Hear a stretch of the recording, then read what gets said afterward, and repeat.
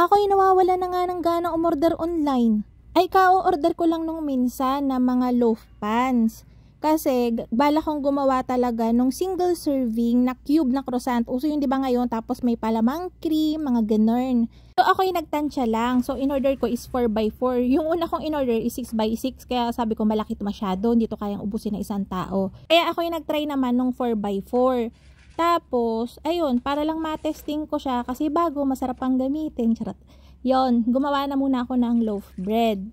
At naisipan ko ngang gawin ay yung two-tone. Yung recipe na gagamitin natin dito ay yung ating brioche recipe na gumagamit ng whole egg. Kailangan pa bang i-memorize yan? Alam nyo na yan. Ang dami ko nang pinagamitan ng recipe na to na naipost ko. Pero ilalagay ko pa rin yung list of ingredients, pati measurements sa description box. And itatype ko na rin siya dito sa screen para alam nyo yung pagkakasunod-sunod nung pagmimix natin dito sa ating stand mixer na nabili ko lang for 5K.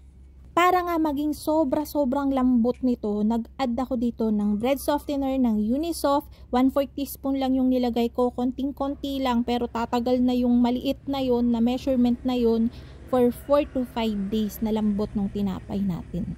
So gagamit tayo dito ng mixer kasi pagka mga loaf breads, mas maganda talaga kapag lutong-luto sa masa yung inyong dough.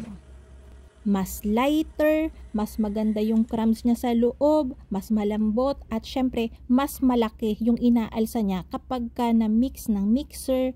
Ito nga ang KitchenAid na to, hindi ko siya maipamix ng bonggang-bongga kasi nanginginit na siya. So, after nung makinis na yung ating dough, nilagay ko na yung ating 1/3 cup ng butter. Tapos, nilagyan ko ng konting flour para ma-incorporate kagad siya dun sa dough. So, ito na yung ating dough. Hindi ko na siya pinakinis ng bonggang-bongga kasi manginginit na yung dough mixer natin. Yung time ng pagmimix ko dito, mga nasa 8 minutes, 10 minutes, ganun. Tapos yun, i-divide ko na siya sa dalawang part. Tapos yung isa, yun yung kukulayan natin. Straight dough method yung gagawin natin. Pagka-mix natin ito, i-rest ko lang siya ng mga nasa 10 to 15 minutes and then diretso molde tayo. Mas prefer ko na kapag gagawa tayo ng mga loaf breads na mag straight dough method kasi mas nagiging pantay-pantay lang yung mga air packets niya sa loob. Walang malaki and mas madagal yung kanyang softness. Tapos itong kalahating dough, ito yung titimplahan natin. Lalagyan ko lang to ng greenhouse, yam emul ko ng high cups, mga 1 teaspoon lang.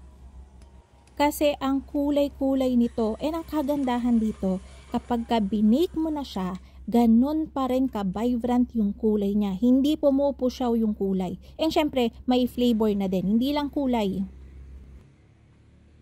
Tapos ayun, i-divide na natin yung dough ng nasa 100. Ang tansya ko kasi, pagka 4x4, kasya yung 200 grams ng dough dun. Dahil nga magtututong tayo, tig 100 grams yung dalawang kulay.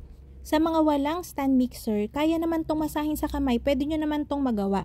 Kaya lang nga, pagka nagmasa tayo sa kamay, hindi ganito kagaan yung outcome na magagawa nyo. Medyo mabigat pa din. At kapag ka namamahalan sa recipe natin, kasi marami siyang itlog, may butter siya, pwede nyo namang gamitin dito ay yung basic dough natin, yung nasa Pandemonay recipe natin. Katalo na yun kapag ka gusto nyo yung mura lang, yung tinapay na ibebenta nyo. Pwede rin ng bread flour o all-purpose flour. All-purpose flour yung ginamit ko dito. So, ayun na nga. Dito na nga parang may mali na. Nararamdaman ko parang may hindi tama akong ginagawa. Nilagyan ko lang ng grease yung shortening napapansin ko parang hindi sakto yung cut ko ng dough para dito. Parang masyadong malaki yung pan natin. At yun nga, nung sinukat ko na siya, ay hindi pala to 4x4, 5x5 pala yung pinadala sa atin. Nagkalintika na naman. Hindi ko kagad sinukat, yun yung pagkakamali ko, pero ayos lang yan. Siguro naman pagdating ng panahon magagamit ko rin tong size na to, so okay lang. Ang dami ko pa man din binili, 15 pieces. So ayan, ang gagawin lang natin dito, ipa-flat natin yung ating dough. Kapag kahit anong pan ang gagamitin nyo, kunyari loaf 7x3, 8x3, papalaparin nyo lang yung lapad niya kung gaano kalapad yung pan nyo. Halos. Hindi naman kailangan eksakto. Yung halos lang. Tapos, iro-roll lang yan. Ayos lang yun kung sakaling yung first layer natin, yung white, ay maging manipis. Okay lang yan. Hindi yan mapapansin sa design natin. Yung pagkakamolde nito ay napaka-common sa mga bakery na loaf. Common na common to. Kadalasan makikita nyo to, nilalagyan to ng brush ng margarine na okay ng butter, tapos asukal. Kapag ka mayaman-yaman, pwedeng may toppings na cheese. Parang ensaymada na nga din pero in loaf. Tapos ayun, kumuha lang kayo ng blade o napakatalas na kutsilyo para ma-slice nyo siya ng ganito. Simpleng-simple, ang cute. Para siyang braid pero alternate yung color. Kung ayaw ng ube, marami tayong flavor ng Emulco. Merong chocolate, merong blueberry, merong matcha, green tea, napakadami. So, pwede nyong bago-baguhin yung flavor nito and maglagay na lang kayo ng toppings nung katulad ng flavor nyo. Ang daming pwedeng gawin. Pwede nyo rin itong gawing ensaymada actually. So, ayan. I-roll natin yan and isisil natin yung nasa likod. Tapos, ilalagay na natin yan dun sa pan. Yan. Since straight dough method tayo, mas matagal. Kapag ka loaf pan, matagal yung proofing nito. Aabot to ng mga nasa 3 hours. Kapag ka medyo malamig, pwede pang abutin ng 4 hours. So, tinakpan ko lang to. Hoping na kahit papano, mapuno yung pan. Kasi gusto ko nga gawin siyang cube. Pero nung tinignan ko, hindi talaga aari. Kulang na kulang talaga.